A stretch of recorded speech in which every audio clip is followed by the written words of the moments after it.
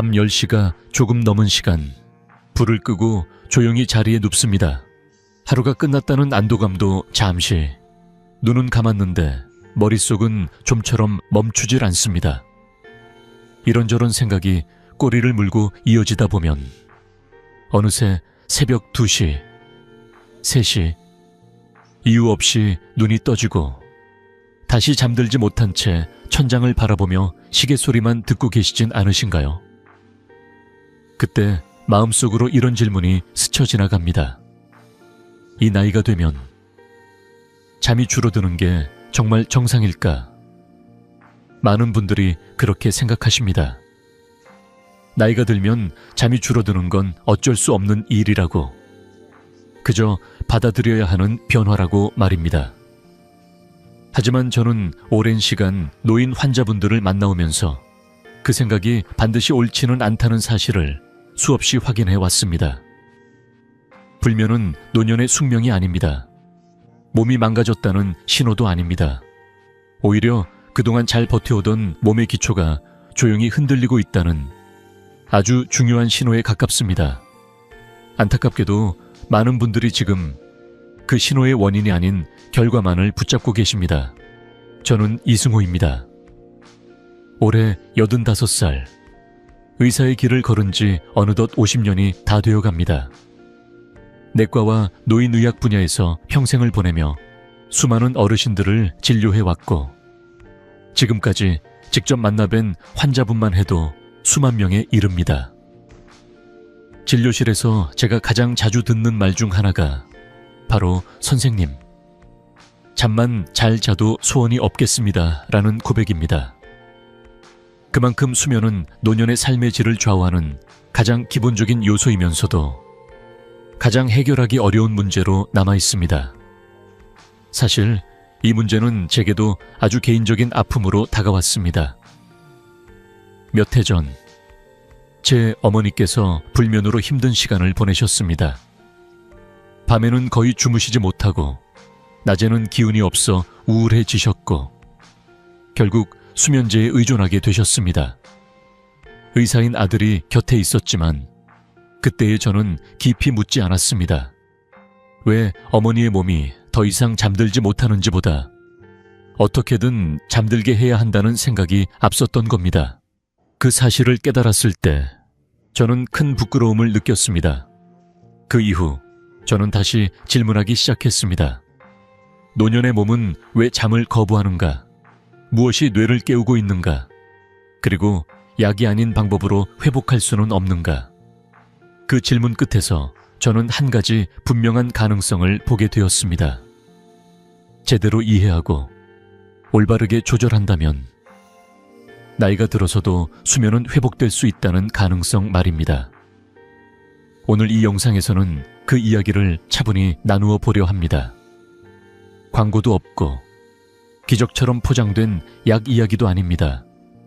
왜 밤마다 잠이 깨는지, 저녁 식사와 하루의 리듬이 수면에 어떤 영향을 주는지, 그리고 약에 의존하지 않고도 안전하게 잠을 되찾아갈 수 있는 길이 있는지, 제 경험과 환자분들의 사례를 바탕으로 하나씩 풀어가겠습니다. 지금 겪고 계신 그 밤이 반드시 계속되어야 할 밤은 아니라는 사실을 이 시간 동안 함께 확인해 보셨으면 합니다. 잠이 줄어든 것이 아니라 잠들 수 없는 몸이 된 것입니다. 이 말을 처음 들으면 조금 낯설게 느껴지실지도 모릅니다. 하지만 진료실에서 수많은 어르신들을 만나며 제가 가장 자주 확인한 사실이기도 합니다. 많은 분들이 이제 나이가 있으니 잠이 예전 같지 않은 건 당연하다고 말씀하시지만 저는 그 말에 선뜻 고개를 끄덕이지 못합니다. 왜냐하면 우리 몸은 나이가 들어도 여전히 잠을 필요로 하기 때문입니다. 뇌는 나이가 들어도 쉬어야 합니다. 하루 동안 쌓인 정보와 감정을 정리하고 기억을 저장하고 손상된 부분을 회복하는 과정은 어느 나이에서든 반드시 필요합니다. 몸 역시 마찬가지입니다. 근육과 장기, 면역체계는 잠자는 동안 가장 활발하게 회복됩니다. 이 기본적인 생리적 필요는 예순이 넘었다고 해서 갑자기 사라지지 않습니다. 그런데도 잠이 잘 오지 않는다면 그것은 의지의 문제가 아니라 몸의 시스템이 예전처럼 작동하지 않고 있다는 신호에 가깝습니다. 특히 예순을 넘기면서 우리 몸에는 아주 조용한 변화들이 하나둘씩 찾아옵니다. 겉으로는 크게 느껴지지 않지만 수면에는 결정적인 영향을 미치는 변화들입니다. 먼저 수면 호르몬을 만들어내는 속도가 눈에 띄게 느려집니다. 멜라토닌이라는 호르몬은 밤이 되면 자연스럽게 분비되어 우리 몸에 이제 쉴 시간이라는 신호를 보내는데 나이가 들수록 이 신호가 약해지고 늦어집니다. 예전에는 불을 끄고 누우면 금세 졸음이 왔다면 이제는 같은 시간에 누워도 몸이 아직 준비되지 않은 상태인 경우가 많습니다. 두 번째 변화는 소화 기능의 약화입니다. 젊을 때는 밤늦게 먹어도 큰 탈이 없었지만 노년의 위장과 장은 훨씬 예민해집니다. 소화에 시간이 오래 걸리고 작은 자극에도 쉽게 부담을 느낍니다. 몸은 쉬고 싶어 하는데 소화기관은 계속 일을 해야 하는 상황이 되면 그 긴장이 그대로 잠을 방해하게 됩니다. 밤에 자주 깨거나 깊이 잠들지 못하는 분들 중 상당수가 이 문제를 함께 안고 계십니다. 세 번째는 저녁 음식에 대한 민감성 증가입니다. 같은 음식을 먹어도 예전과는 전혀 다른 반응이 나타납니다. 조금만 자극적인 음식을 먹어도 가슴이 답답해지고 혈당이 흔들리고 몸이 각성 상태로 들어갑니다. 이 변화는 서서히 진행되기 때문에 본인은 잘 느끼지 못한 채 그냥 잠이 안 오는 것으로 넘기기 쉽습니다. 여기에 더해 가장 위험한 오해가 하나 있습니다. 짧게 자도 괜찮다는 생각입니다. 실제로 진료실에서 저는 4-5시간만 자도 괜찮아요 라고 말씀하시는 분들이 적지 않습니다.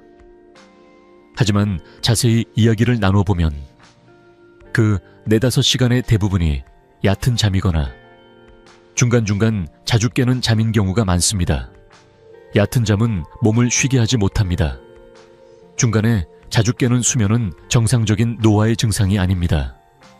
이런 수면이 반복되면 어떤 일이 생길까요? 가장 먼저 면역력이 떨어집니다. 감기에 잘 걸리고 회복도 더뎌집니다. 기억력과 집중력도 서서히 흐려집니다. 감정 조절이 어려워져 사소한 일에도 예민해지고 이유 없는 불안이나 우울감을 느끼는 분들도 늘어납니다. 잠의 문제는 단순히 밤의 불편함으로 끝나지 않고 하루 전체의 삶을 조금씩 무너뜨립니다.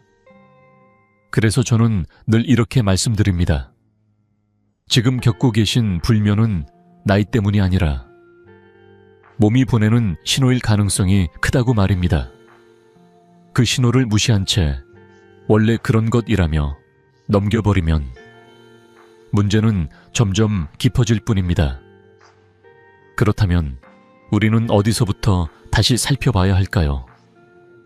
이 모든 변화를 가장 빠르게 그리고 가장 강하게 흔들어 놓는 요소가 하나 있습니다.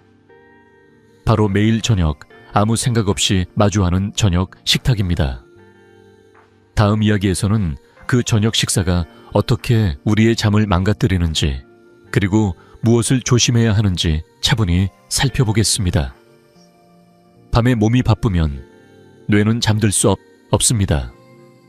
이 말은 단순한 비유가 아니라 노년의 수면을 이해하는 가장 중요한 열쇠 중 하나입니다. 많은 분들이 밤이 되면 그냥 눕기만 하면 되는 것 아니냐고 생각하시지만 우리 몸은 그렇게 단순하게 작동하지 않습니다. 특히 나이가 들수록 밤은 완전히 쉬는 시간이 아니라 조심스럽게 정리하고 정돈해야 하는 시간에 가까워집니다. 밤이 되면 몸은 쉬고 싶어 합니다. 심장 박동은 조금 느려지고 혈압은 내려가며 근육과 신경도 서서히 긴장을 풀 준비를 합니다. 뇌 역시 하루 동안 쌓인 정보와 감정을 정리하며 깊은 잠으로 들어갈 준비를 시작합니다. 그런데 이 시점에 몸 안에서는 또 다른 일이 동시에 벌어지고 있습니다. 바로 소화와 혈당 조절, 그리고 염증 처리입니다. 우리가 저녁에 먹은 음식은 밤이 되어도 여전히 위와 장에서 분해되고 흡수되고 처리됩니다. 이 과정이 순조로우면 큰 문제가 없지만 조금이라도 부담이 커지면 몸은 쉬지 못하고 계속 깨어있게 됩니다. 잘못 먹은 저녁 식사는 몸을 야간 근무 상태로 만들어버립니다. 쉬어야 할 시간에 위장은 계속 움직이고 혈당은 오르내리며 몸속에서는 미세한 염증 반응까지 이어집니다. 이렇게 되면 뇌는 자연스럽게 경계 상태를 유지하게 됩니다. 몸이 바쁘다는 신호를 계속 보내는데 뇌가 어떻게 안심하고 잠들 수 있겠습니까? 이때 나타나는 것이 바로 잠들기 어려움, 자주 깨는 잠, 새벽 각성입니다. 많은 분들이 왜 꼭 새벽 2, 3시에 깨는지 모르겠다고 말씀하시지만 그 시간은 낮에 먹은 음식과 저녁 식사의 영향이 가장 크게 드러나는 시점이기도 합니다. 노년층에서 이 문제가 더 두드러지는 이유는 분명합니다. 첫째, 회복력이 예전보다 떨어집니다. 젊을 때는 조금 무리한 식사를 해도 몸이 금방 정리해 주었지만 나이가 들면 같은 실수가 더 오래, 더 깊은 부담으로 남습니다. 둘째, 소화 기능 자체가 약해집니다. 위산 분비는 줄어들고 장의 움직임도 느려집니다. 소화에 시간이 오래 걸릴수록 몸은 쉬지 못하고 긴장 상태를 유지하게 됩니다. 결국 잠은 얕아지고 깊은 수면으로 들어가지 못합니다. 진료실에서 이런 장면을 자주 봅니다. 선생님, 저는 밥도 조금 먹고 특별히 이상한 것도 안 먹는데 잠이 안 와요. 그래서 자세히 여쭤보면 저녁 식사 시간이 늦거나 소량이지만 자극적인 음식이 포함되어 있거나 잠들기 직전까지 무언가를 계속 드시는 경우가 많습니다.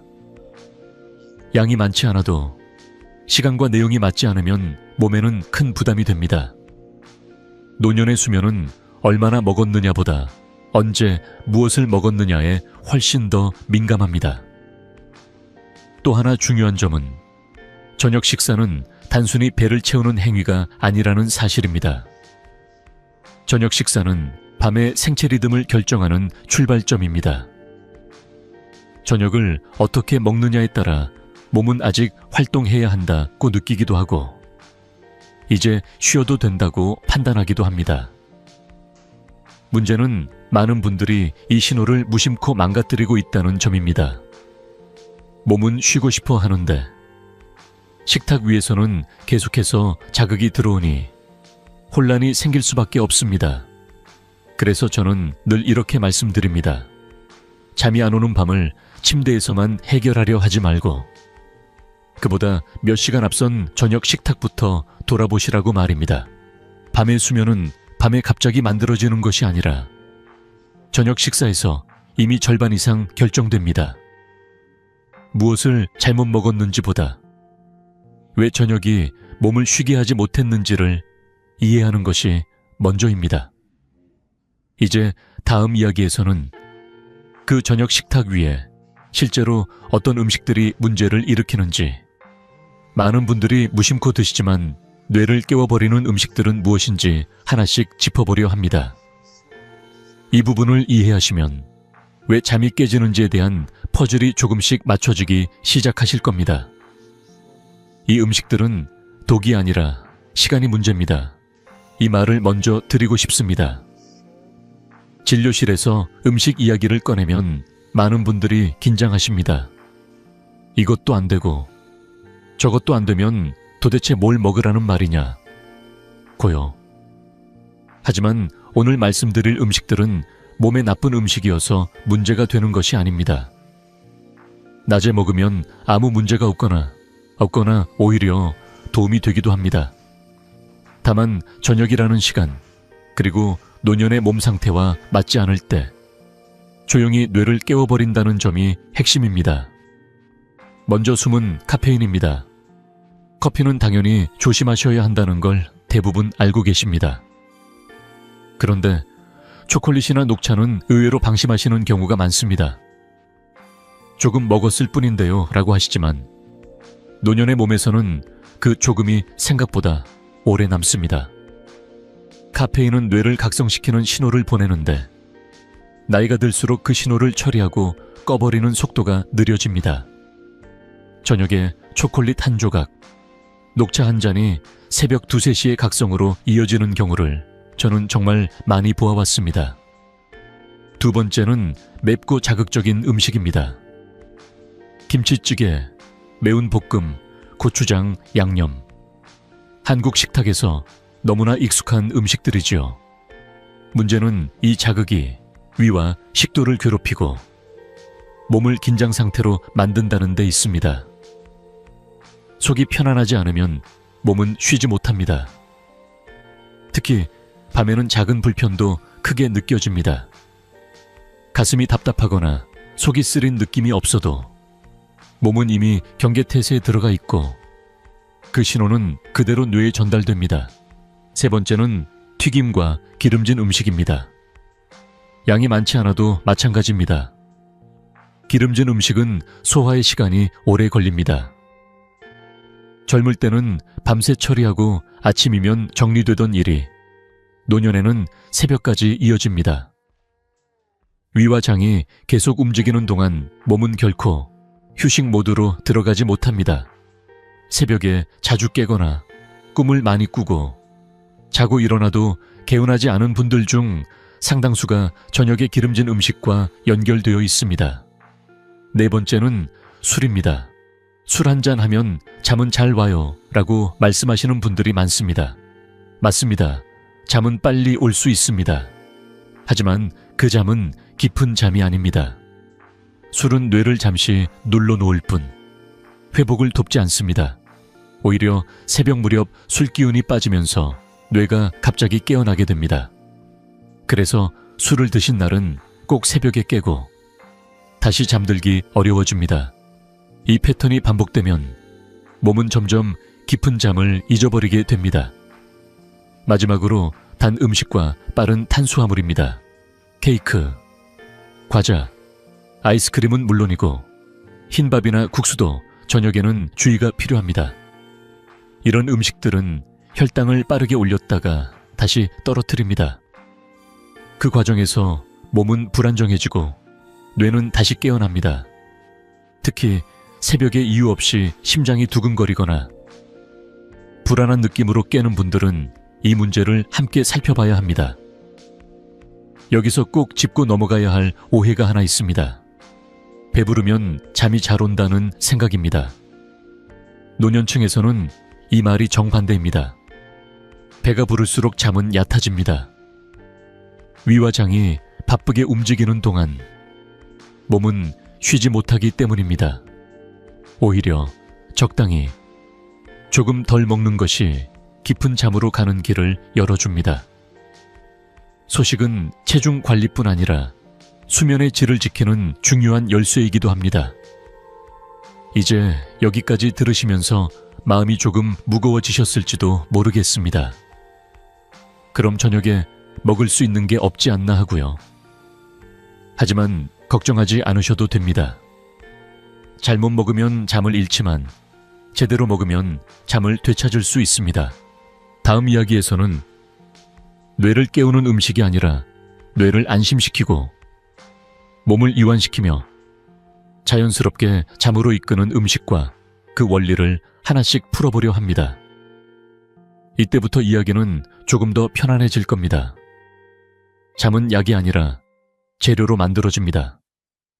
이 말이 처음에는 조금 생소하게 들리실 수도 있습니다. 우리는 오랫동안 잠을 억지로 만들어야 하는 것처럼 배워왔기 때문입니다.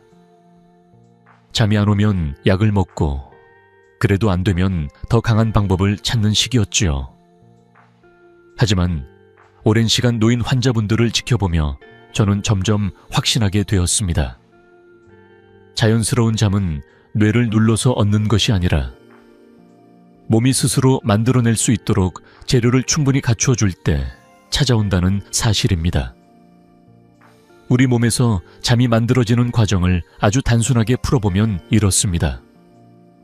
우리가 먹는 음식은 위와 장에서 소화되고 장에서 흡수된 영양분은 혈액을 타고 온몸을 돌아다닙니다. 그리고 그중 일부는 뇌로 전달되어 호르몬이라는 형태로 다시 태어납니다. 이 흐름은 끊어져 있지 않습니다. 음식, 장, 혈액, 뇌, 호르몬은 하나의 긴 연결, 고리처럼 이어져 있습니다. 어느 한 부분이 막히거나 부족해지면 그 끝에서 만들어져야 할 잠 역시 제대로 만들어질 수 없습니다. 이 과정에서 가장 중요한 역할을 하는 것이 바로 트립토판이라는 성분입니다. 이름은 조금 어렵게 느껴지지만 역할은 아주 단순합니다. 트립토판은 우리 몸 안에서 세로토닌이라는 호르몬으로 바뀌고 이 세로토닌은 다시 멜라토닌이라는 수면 호르몬으로 전환됩니다. 쉽게 말해 트립토판은 잠으로 가는 출발점입니다. 재료가 없으면 요리가 완성될 수 없듯이 이 출발점이 부족하면 아무리 잠자리에 누워 있어도 몸은 잠을 만들어내지 못합니다. 문제는 나이가 들수록 이 과정이 점점 더 느려지고 효율도 떨어진다는 데 있습니다. 젊을 때는 조금 부족해도 몸이 알아서 보충해 주었지만 노년의 몸은 그렇지 않습니다. 장의 기능이 약해지면 흡수가 잘 되지 않고 혈액을 통해 전달되는 과정도 더디며 뇌에서 호르몬으로 전환되는 속도 역시 늦어집니다. 그러다 보니 밤이 되어도 이제 자도 된다는 신호가 충분히 만들어지지 않는 것입니다. 이때 사람들은 흔히 이렇게 느낍니다. 피곤한데 잠은 안 온다고, 몸은 지쳤는데 머리는 깨어 있다고 말입니다. 여기서 많은 분들이 수면제에 의지하게 됩니다. 그 마음을 저는 충분히 이해합니다. 밤마다 잠들지 못하는 불안과 초조함은 생각보다 훨씬 큽니다. 하지만 수면제에는 분명한 한계가 있습니다. 수면제는 뇌를 끄는 역할을 할 수는 있어도 회복을 만들어주지는 못합니다. 뇌를 잠시 눌러놓을 뿐 몸이 스스로 잠을 만들어내는 능력을 키워주지는 않습니다. 그래서 약을 먹고 잔 다음 날에도 개운하지 않고 시간이 지날수록 약에 대한 의존은 커지는데 만족감은 줄어드는 경우가 많습니다. 진료실에서 이런 말씀을 하시는 분들이 계십니다. 선생님, 약을 먹어도 잠을 잔 것 같지가 않아요. 그 말 속에는 아주 중요한 단서가 숨어 있습니다. 몸이 회복되지 않았다는 신호입니다. 진짜 잠은 단순히 의식을 잃는 시간이 아니라 몸과 뇌가 함께 쉬고 정리되는 시간입니다. 그 과정이 빠져 있으면 아무리 오래 누워 있어도 피로는 쌓이게 됩니다. 그래서 저는 수면을 다시 바라보는 시선을 바꾸자고 말씀드립니다. 잠을 눌러야 할 대상이 아니라 만들어야 할 결과로 보자는 것입니다. 그 결과를 만들기 위해서는 재료가 필요하고 그 재료가 제대로 흡수될 수 있는 환경이 필요합니다. 음식이 중요해지는 이유가 바로 여기에 있습니다. 무엇을, 언제, 어떻게 먹느냐가 단순히 배를 채우는 문제가 아니라 밤의 호르몬 공장을 제대로 가동시키느냐의 문제로 이어지기 때문입니다. 이제 다음 이야기에서는 이 재료가 몸 안에서 제대로 작동하기 위해 반드시 함께 갖추어져야 할 또 다른 기반에 대해 말씀드리려 합니다. 아무리 좋은 재료가 있어도 몸이 긴장된 상태라면 잠은 쉽게 찾아오지 않습니다. 수면을 허락하는 또 하나의 중요한 조건, 바로 신경계의 이완과 생체 리듬에 대한 이야기를 이어가 보겠습니다. 몸이 긴장하면 뇌는 절대 잠을 허락하지 않습니다. 이 말은 수면의 두 번째, 그리고 세 번째 기반을 가장 잘 설명해주는 문장입니다. 우리는 흔히 잠을 켜고 끄는 스위치처럼 생각합니다. 불을 끄고 누우면 잠이 와야 할 것 같고 눈을 감으면 곧바로 잠들어야 할 것처럼 느낍니다. 하지만 실제로 잠은 그렇게 단순하게 작동하지 않습니다. 잠은 어느 순간 갑자기 떨어지는 것이 아니라 몸이 충분히 준비되었을 때 서서히 찾아오는 과정에 가깝습니다. 먼저 신경계의 이완에 대해 이야기해 보겠습니다. 하루 동안 우리는 끊임없이 긴장 속에 살아갑니다. 크고 작은 걱정, 소리, 움직임, 감정들이 신경계를 자극합니다. 나이가 들수록 이 긴장을 풀어내는 능력은 점점 약해집니다. 겉으로는 조용히 앉아 있어도 몸 안에서는 여전히 힘이 들어가 있고 신경은 깨어있는 상태인 경우가 많습니다. 이 상태에서는 아무리 밤이 깊어도 뇌는 아직 안전하지 않다, 아직 쉴 때가 아니다라는 신호를 계속 받게 됩니다. 이때 중요한 역할을 하는 것이 마그네슘을 비롯한 여러 미네랄입니다. 마그네슘은 신경과 근육을 이완시키는 데 꼭 필요한 성분입니다. 몸 안에 마그네슘이 충분하면 긴장했던 근육이 풀리고 신경의 흥분도 자연스럽게 가라앉습니다. 반대로 부족하면 어떤 일이 생길까요? 밤에 다리가 저리고 쥐가 나고 심장이 두근거리거나 이유 없이 불안해집니다. 이런 증상들은 모두 신경계가 쉬지 못하고 있다는 신호이며 동시에 수면을 방해하는 요인이 됩니다. 진료실에서 몸은 피곤한데 잠이 안 와요 라고 말씀하시는 분들 중 상당수가 바로 이 상태에 있습니다. 몸의 에너지는 떨어졌지만 신경은 여전히 각성된 상태인 것입니다. 이때 뇌는 깊은 잠으로 들어가는 문을 쉽게 열어주지 않습니다. 그래서 수면의 두 번째 기반은 바로 몸을 풀어주는 것입니다. 뇌를 설득하기 전에 먼저 몸이 안심할 수 있는 상태가 되어야 합니다. 이제 세 번째 기반인 생체 리듬에 대해 말씀드리겠습니다. 수면은 단순히 밤에만 결정되는 일이 아닙니다. 사실 잠은 오후부터 이미 준비되기 시작합니다. 해가 기울고 빛이 줄어들고 활동이 잦아들면서 몸은 서서히 이제 하루를 마무리할 시간이라는 신호를 받아들입니다. 이 흐름이 자연스럽게 이어질 때 밤의 수면도 편안해집니다. 하지만 많은 분들이 이 과정을 무심코 끊어버립니다. 오후 늦게까지 카페인이 들어간 음료를 마시고 해가 진 뒤에도 밝은 조명 아래에서 활동하며 저녁 늦게까지 몸과 머리를 계속 자극합니다. 그러면 몸은 혼란스러워집니다. 쉬어야 할 시간인지 아직 움직여야 할 시간인지 판단하지 못하게 됩니다. 그 결과 침대에 누웠을 때도 몸은 여전히 낮에 머물러 있게 됩니다. 노년층에서는 이 생체 리듬의 흔들림이 더 크게 나타납니다. 한번 흐트러진 리듬은 쉽게 돌아오지 않습니다. 그래서 밤에 잠이 안 오는 분들일수록 사실은 오후와 저녁을 어떻게 보내고 있는지 살펴볼 필요가 있습니다. 언제까지 움직였는지, 언제까지 밝은 빛을 쐬었는지, 몸을 진정시킬 시간을 스스로에게 주었는지 말입니다.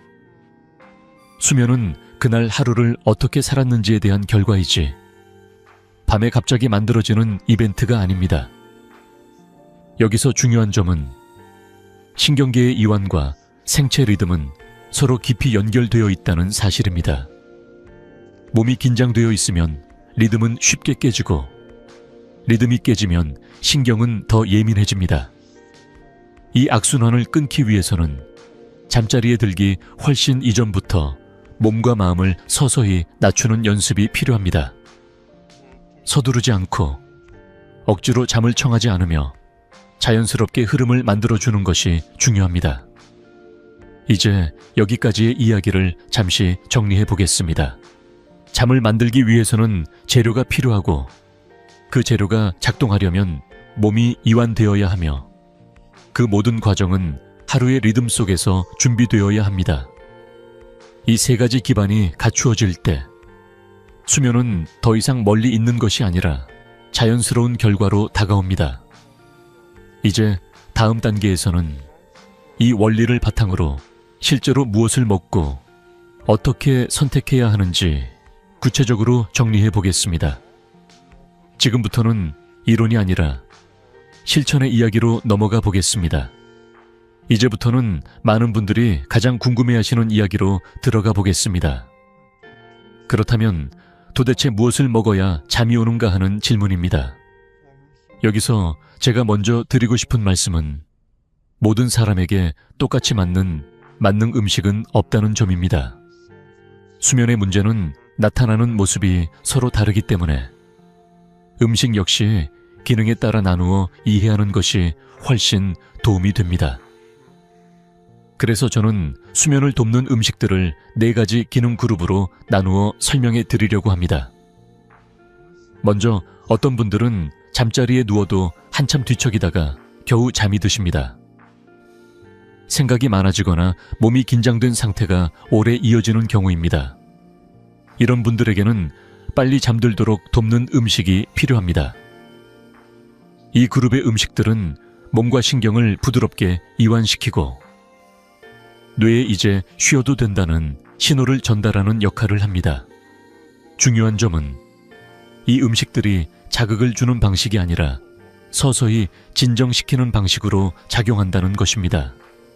잠들기 1~2시간 전에 가볍게 섭취했을 때 가장 효과적이며 너무 늦은 시간이나 과한 양은 오히려 역효과를 낼 수 있습니다. 이 그룹에서 가장 흔한 실수는 효과를 기대하며 한꺼번에 많이 먹는 것입니다. 몸은 진정이 아니라 부담으로 받아들이게 됩니다. 두 번째 그룹은 잠은 비교적 잘 드는데 깊이가 부족한 분들을 위한 음식입니다. 자주 꿈을 꾸거나 자고 일어나도 잔 것 같지 않은 느낌이 드는 경우가 여기에 해당합니다. 이 음식들은 수면의 깊이를 만들어주는 데 필요한 재료를 공급하고 밤사이 회복이 제대로 이루어지도록 돕습니다. 이 그룹의 음식은 저녁 식사와 함께하거나 식사 후 비교적 이른 시간에 섭취하는 것이 좋습니다. 너무 늦게 먹으면 소화 부담으로 이어질 수 있기 때문입니다. 흔한 실수는 잠을 깊게 자야 한다는 생각에 저녁 식사를 과하게 하는 것입니다. 깊은 잠은 양이 아니라 균형에서 나옵니다. 세 번째 그룹은 새벽에 자주 깨는 분들을 위한 음식입니다. 특히 새벽 2, 3시 혹은 4시쯤 눈이 떠지고 다시 잠들기 어려운 경우가 많습니다. 이런 각성은 혈당의 불안정이나 신경계의 미세한 흥분과 관련된 경우가 많습니다. 이 그룹의 음식들은 밤사이 혈당을 안정적으로 유지하고 새벽 시간대에 몸이 과도하게 깨어나지 않도록 돕는 역할을 합니다. 섭취 시점은 잠들기 직전이 아니라 잠자리에 들기 1~2시간 전이 적당합니다. 여기서 가장 흔한 실수는 깨는 것이 두려워 잠들기 직전에 음식을 찾는 것입니다. 그러면 오히려 위장 활동이 새벽 각성을 부추길 수 있습니다. 마지막 4번째 그룹은 기저질환을 함께 고려해야 하는 분들을 위한 음식입니다. 당뇨, 고혈압, 위장이 약한 경우처럼 몸의 조건이 조금 더 섬세한 분들입니다. 이 그룹에서는 수면을 돕는 기능도 중요하지만 기존 질환에 부담을 주지 않는 것이 더 중요합니다. 같은 음식이라도 어떤 분에게는 도움이 되지만 다른 분에게는 불편을 줄 수 있습니다. 그래서 이 그룹의 음식은 특히 안전함과 소량을 기준으로 접근해야 합니다. 언제 먹느냐 역시 매우 중요합니다. 너무 늦은 시간은 피하고 몸 상태가 비교적 안정된 시간대를 선택하는 것이 좋습니다. 흔한 실수는 남에게 좋았다는 이야기를 그대로 따라하는 것입니다. 수면은 비교 대상이 아니라 각자의 몸에 맞춰 조율해야 하는 문제입니다. 이 4가지 그룹에 공통으로 적용되는 원칙이 있습니다. 첫째, 왜 효과가 있는지를 이해하는 것입니다. 이유를 알면 조급해지지 않습니다. 둘째, 언제 먹어야 하는지를 지키는 것입니다. 음식의 효과는 성분만큼이나 시간에 좌우됩니다. 셋째, 가장 흔한 실수를 반복하지 않는 것입니다. 과하게 먹지 않고 늦게 먹지 않으며 한 번에 모든 것을 해결하려 하지 않는 태도가 중요합니다. 여기까지 들으시면서 조금 마음이 놓이셨으면 합니다. 수면을 돕는 음식은 생각보다 다양하고 또 생각보다 섬세합니다. 하지만 원리를 알고 접근하면 결코 어려운 일이 아닙니다. 이제 다음 이야기에서는 이 4가지 그룹을 바탕으로 실제로 어떤 음식들이 여기에 해당하는지, 그리고 내 몸 상태에 따라 어떻게 선택하고 조합해야 하는지를 좀 더 구체적으로 풀어보겠습니다. 이제부터는 이론이 아니라 여러분의 저녁 식탁에 바로 적용할 수 있는 이야기로 들어가 보겠습니다. 이제부터는 조금 더 조심스럽고 또 꼭 필요한 이야기를 해보려 합니다. 같은 음식을 먹어도 어떤 분에게는 도움이 되고 어떤 분에게는 오히려 불편함이 생길 수 있습니다. 그 차이는 바로 몸의 조건, 다시 말해 기저질환과 현재의 상태에서 비롯됩니다. 그래서 수면을 돕는 음식은 많이 먹는 것이 아니라 내 몸에 맞게 선택하고 조합하는 것이 무엇보다 중요합니다. 먼저 당뇨가 있는 분들에 대해 이야기해 보겠습니다. 당뇨가 있으면 밤사이 혈당 변화에 특히 민감해집니다. 혈당이 급격히 오르거나 떨어지면 몸은 위험 신호로 받아들이고 뇌를 깨웁니다. 그래서 새벽에 자주 깨거나 이유 없이 가슴이 두근거리는 경우가 많습니다. 이런 분들에게 중요한 원칙은 단순합니다. 혈당을 빠르게 올리는 음식은 피하고 천천히 안정적으로 유지해주는 선택을 하는 것입니다. 수면에 도움이 된다고 해서 단 과일이나 달콤한 음식에 기대기보다는 부담이 적고 흡수가 느린 음식 위주로 접근해야 합니다. 양도 중요합니다. 조금만 먹어도 충분한데 좋다니까 라는 이유로 양을 늘리면 오히려 밤을 불안하게 만들 수 있습니다. 고혈압이 있는 분들 역시 주의할 점이 분명합니다. 밤에는 혈압이 자연스럽게 내려가야 깊은 잠으로 들어갈 수 있습니다. 그런데 짠 음식이나 자극적인 음식은 몸에 긴장을 남기고 밤에도 혈관을 쉬지 못하게 합니다. 이런 상태에서는 잠이 오더라도 얕아지고 자주 깨게 됩니다. 고혈압이 있는 분들에게는 수면을 돕는 음식이라 해도 염분이 적고 몸을 편안하게 하는 방향이어야 합니다. 무엇보다 조금 덜 먹는 것, 이 큰 도움이 됩니다. 배가 편안해야 몸이 안심하고 잠을 허락합니다. 위장이 약한 분들의 경우는 더 섬세한 접근이 필요합니다. 소화가 느리거나 더부룩함이 잦은 분들은 음식의 종류보다도 조리 방법과 시간에 더 큰 영향을 받습니다. 아무리 몸에 좋다고 알려진 음식이라도 소화가 안 되면 그날 밤 수면은 무너집니다. 이런 분들에게는 부드럽고 따뜻하며 위에 오래 머물지 않는 선택이 중요합니다. 또한 잠들기 직전에 무언가를 먹는 습관은 반드시 점검해 보셔야 합니다. 위장이 쉬지 못하면 뇌도 함께 쉬지 못합니다. 이 지점에서 다시 한번 강조하고 싶은 말이 있습니다. 수면을 돕는 음식은 많이 먹는 것이 아니라 맞게 먹는 것입니다. 진료실에서 종종 듣는 말이 있습니다.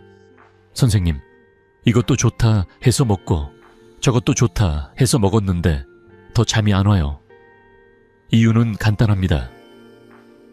몸이 감당할 수 있는 범위를 넘었기 때문입니다.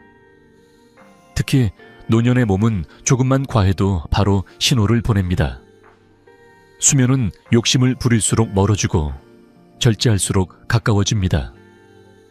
또 하나 중요한 것이 바로 조합입니다. 음식은 혼자서 작용하기보다는 서로의 역할을 보완하며 영향을 미칩니다. 어떤 음식은 신경을 이완시키는 데 도움이 되고 어떤 음식은 혈당을 안정시키며 또 어떤 음식은 수면 호르몬의 재료가 됩니다. 이 3가지가 균형을 이룰 때 몸은 가장 편안한 상태로 밤을 맞이합니다. 한 가지만으로 모든 문제를 해결하려 하지 말고 내 몸에 필요한 역할이 무엇인지 생각해 보는 것이 중요합니다. 여기서 꼭 기억하셨으면 하는 점이 있습니다. 다른 사람에게 효과가 있었던 방법이 나에게도 그대로 맞을 필요는 없다는 사실입니다. 수면은 비교의 대상이 아닙니다. 내 몸의 반응을 천천히 살피고 불편함이 없는지 확인하면서 조정해 나가는 과정입니다. 하루 이틀의 변화에 조급해하지 마시고 몸이 보내는 작은 신호의 귀를 기울여 보시기 바랍니다. 이제 우리는 수면을 돕는 음식의 원리와 개인에게 맞게 적용하는 방법까지 살펴보았습니다. 다음으로는 이 음식들이 효과를 제대로 발휘할 수 있도록 하루 전체의 생활 리듬을 어떻게 만들어가야 하는지에 대해 이야기해 보려 합니다. 잠은 저녁 식탁에서 시작되지만 완성은 하루의 삶 속에서 이루어지기 때문입니다. 잠은 밤에 만들지 않습니다. 아침부터 준비됩니다. 이 말을 처음 들으시면 고개를 갸웃하실 수도 있습니다. 대부분의 분들이 잠이 안 오면 밤의 문제만 붙잡고 있기 때문입니다. 침대, 이불, 조명, 잠들기 직전의 습관만 바꾸려 합니다. 하지만 오랜 시간 환자분들을 지켜보며 제가 분명히 알게 된 사실은 밤의 수면은 그날 하루를 어떻게 살았는지에 대한 결과라는 점입니다. 밤은 마지막 장면일 뿐이고 이야기는 이미 아침부터 시작되고 있습니다. 아침에 눈을 뜨면 가장 먼저 필요한 것은 햇빛입니다. 대단한 운동이나 특별한 활동이 아니라 커튼을 열고 자연광을 얼굴에 받는 것만으로도 충분합니다. 가능하다면 집 앞을 잠시 걷는 산책이 더 좋습니다. 아침 햇빛은 우리 몸의 생체 시계를 다시 맞추는 역할을 합니다. 이제 하루가 시작되었다는 신호를 뇌에 분명하게 전달해 주어야 밤이 되었을 때 이제 쉬어도 된다는 신호도 제대로 작동합니다. 아침이 흐릿하면 밤도 흐릿해집니다. 밤잠이 안 좋은 분들일수록 사실은 아침이 더 중요합니다. 낮 동안의 활동 역시 수면과 깊이 연결되어 있습니다. 여기서 말하는 활동은 무리한 운동이 아닙니다. 몸을 적절히 쓰는 것입니다. 너무 오래 앉아 있거나 하루 종일 움직임이 거의 없으면 밤에 졸음이 오지 않는 것은 자연스러운 일입니다. 몸은 아직 에너지를 다 쓰지 못했다고 느끼기 때문입니다. 반대로 노년에 맞지 않는 과도한 활동은 오히려 밤의 긴장을 높일 수 있습니다. 중요한 것은 적당히 쓰는 것입니다. 몸이 오늘 하루 잘 움직였다고 느낄 정도면 충분합니다. 오후로 접어들면서는 조금씩 속도를 낮출 필요가 있습니다. 특히 카페인이 들어간 음료는 이 시점부터 주의가 필요합니다. 커피뿐만 아니라 차, 초콜릿, 에너지 음료까지 포함됩니다. 나는 카페인에 강하다고 생각하시는 분들도 계시지만 노년의 몸은 생각보다 오래 영향을 받습니다. 오후 늦게 들어온 각성 신호는 밤까지 이어질 수 있습니다. 수면을 준비하는 하루라면 오후 어느 시점부터는 몸을 깨우는 자극을 하나씩 내려놓는 연습이 필요합니다. 잠들기 전에는 몸과 뇌가 함께 안심할 수 있는 진정의식이 중요합니다. 특별할 필요는 없습니다. 매일 비슷한 시간에 조명을 조금 낮추고 소리를 줄이고 반복되는 행동을 하는 것만으로도 뇌는 이제 잘 시간이라는 신호를 받아들입니다. 화면을 오래 보지 않고 자극적인 이야기를 피하며 몸을 조용히 정리하는 시간은 생각보다 큰 힘을 가집니다. 잠은 갑자기 찾아오는 손님이 아니라 천천히 맞이해야 하는 손님입니다. 많이 간과되는 요소들도 있습니다. 물을 언제 마시는지도 그중 하나입니다. 수분은 중요하지만 잠들기 직전에 많은 양을 마시면 밤에 깨는 원인이 됩니다. 낮 동안 충분히 마시고 저녁에는 조금씩 줄이는 것이 좋습니다. 소음도 마찬가지입니다. 작은 소리라도 밤에는 크게 느껴집니다. 완전히 조용할 필요는 없지만 예측 가능한 환경을 만들어주는 것이 도움이 됩니다. 그리고 마지막으로 노년의 불안에 대해 꼭 짚고 넘어가고 싶습니다. 말로 꺼내지 않지만 많은 어르신들이 밤이 되면 생각이 많아집니다. 건강, 가족, 앞으로의 시간에 대한 걱정이 조용히 고개를 듭니다. 이 불안은 뇌를 쉽게 깨웁니다. 억지로 없애려 하기보다는 낮 동안 마음을 조금 덜어내는 연습이 필요합니다. 누군가와 이야기하고 햇빛을 보고 몸을 움직이는 것 자체가 불안을 줄이는 데 큰 도움이 됩니다. 이 모든 이야기를 하나로 정리하면 이렇습니다. 수면은 밤에 갑자기 만들어지는 것이 아니라 올바른 리듬으로 산 하루의 결과입니다. 아침의 빛, 낮의 움직임, 오후의 절제, 밤의 진정이 차곡차곡 쌓여야 비로소 깊은 잠이 찾아옵니다. 이제 마지막으로 이 모든 내용을 어떻게 일상 속에서 무리 없이 이어갈 수 있는지, 그리고 어떤 마음으로 이 변화를 받아들이면 좋은지에 대해 함께 정리해 보겠습니다. 이제 오늘 이야기를 천천히 정리해 보겠습니다. 잠은 어느 날 갑자기 완전히 바뀌지 않습니다. 하지만 몸은 생각보다 정직합니다. 올바른 방향을 잡아주면 반드시 조금씩 반응하기 시작합니다. 보통 첫 일주일은 몸이 새로운 리듬에 적응하는 시간입니다. 잠이 들기까지의 과정이 조금 달라지고 밤중에 깨는 패턴에도 미세한 변화가 나타납니다. 두 번째 주가 되면 많은 분들이 말씀하십니다. 예전보다 잠이 깊어진 느낌이 든다고요. 그리고 한 달이 지나면 약에 대한 두려움보다 이제는 괜찮을지도 모르겠다는 조심스러운 자신감이 생기기 시작합니다. 다만 꼭 기억해 주셔야 할 점이 있습니다. 지금 복용 중인 수면제나 관련 약물은 절대로 임의로 중단해서는 안 됩니다. 오늘 말씀드린 내용은 약을 대신하라는 이야기가 아니라 몸이 스스로 잠을 만들어낼 수 있는 기반을 회복하자는 제안입니다. 약을 줄이거나 중단해야 할 시점은 반드시 담당 의사와 상의하며 아주 천천히 진행되어야 합니다. 안전은 언제나 가장 우선입니다. 제가 진료실에서 가장 보람을 느끼는 순간은 환자분들이 어느 날 이런 말씀을 하실 때입니다. 선생님, 아침에 눈을 떴는데 머리가 맑아요. 몸이 예전처럼 무겁지 않아요.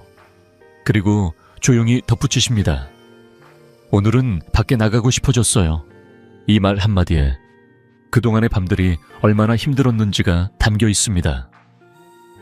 잠을 되찾는다는 것은 단순히 밤을 편하게 보내는 것이 아니라 다시 하루를 살고 싶어지는 마음을 되찾는 일이기도 합니다. 저는 오랜 시간 의사로 살아오며 확신하게 되었습니다.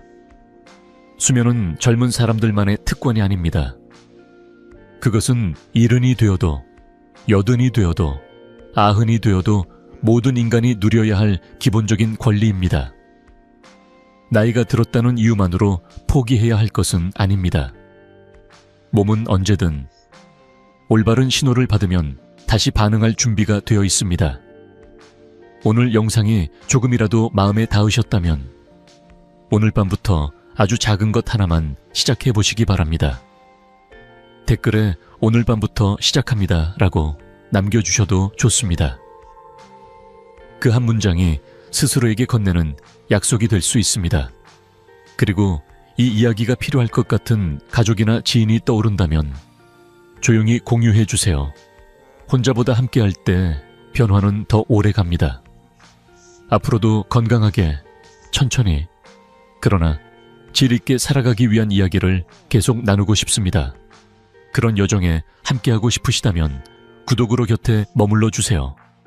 오늘도 여러분의 편안한 밤과 맑은 아침을 진심으로 응원합니다.